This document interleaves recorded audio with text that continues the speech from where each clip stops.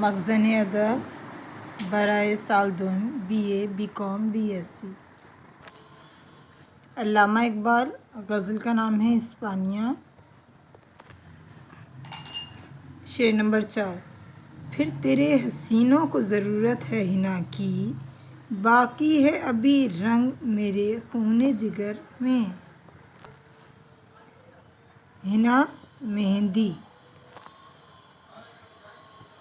حوالہ شاعر، مختصر تعارف شاعر، اور پھر حوالہ نظم کے بعد تشریح۔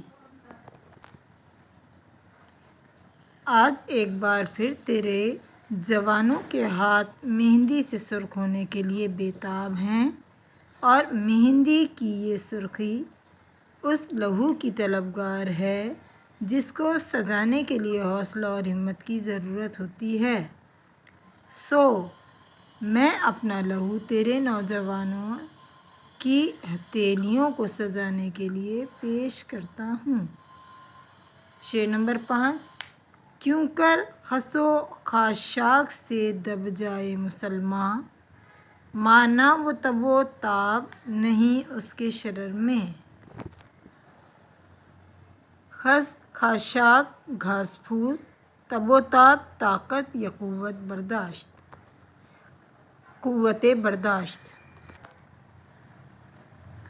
اس کے بعد حوالہ شاعر، مختصر تعارف شاعر، حوالہ نظم، اور اس کے بعد تشریح۔ مانا کہ آج مسلمانوں میں وہ جذبہ ایمان باقی نہیں جس سے نکلنے والی چنگاریاں کفر کے اندھیرے کا سینہ چیر دیا کرتی تھیں، لیکن اس کے باوجود ابھی مومن بحیثیت مومن اتنا کمزور نہیں ہوا کہ ہر کسی کے رعب کے آگے ہتھیار ڈال دے۔ شعر نمبر 6۔ گر ناتا بھی دیکھا میری آنکھوں نے ولیکن، تسکین مسافر نہ سفر میں نہ حضر میں۔ غرناطہ جگہ کا نام، حضر رہائش۔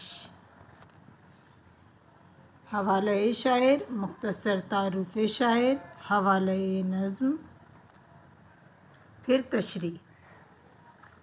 یوں تو میں نے ماضی کے آئینے میں ہسپانیہ کے علاوہ غرناطہ کی تصاویر بھی دیکھی ہیں جنہیں بار بار دیکھنے کو جی چاہتا ہے، کیونکہ میں جذبہ جستجو سے معمور وہ مسافر ہوں جس کی تسکین نہ تو سفر میں ہوتی ہے اور نہ کوئی منزل اسے مطمئن کرتی ہے۔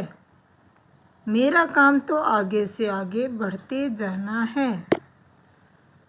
شعر نمبر 7۔ دیکھا بھی دکھایا بھی سنایا بھی سنا بھی، ہے دل کی تسلی نہ خبر میں نہ نظر میں۔ اس میں کوئی مشکل الفاظ نہیں ہے۔ اب حوالہ شاعر آئے گا، پھر مختصر تعارف شاعر، حوالہ نظم۔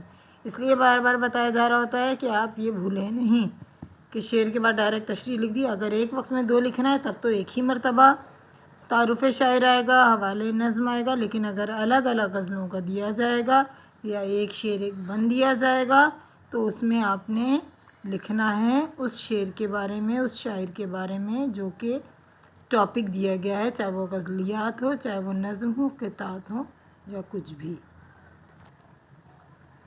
تشریح۔ میں نے زندگی بھر جو کچھ دیکھا اور سمجھا اس کو مد نظر رکھ کر لوگوں کو مشورے دیے، لیکن میں وہ تشنہ کام ترقی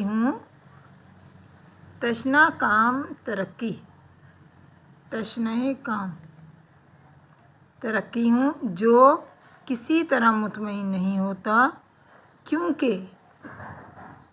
میں تو کسی بھی قیمت پر اپنی قوم کو نئی نئی منزلیں سر کرتا ہوا دیکھنا چاہتا ہوں۔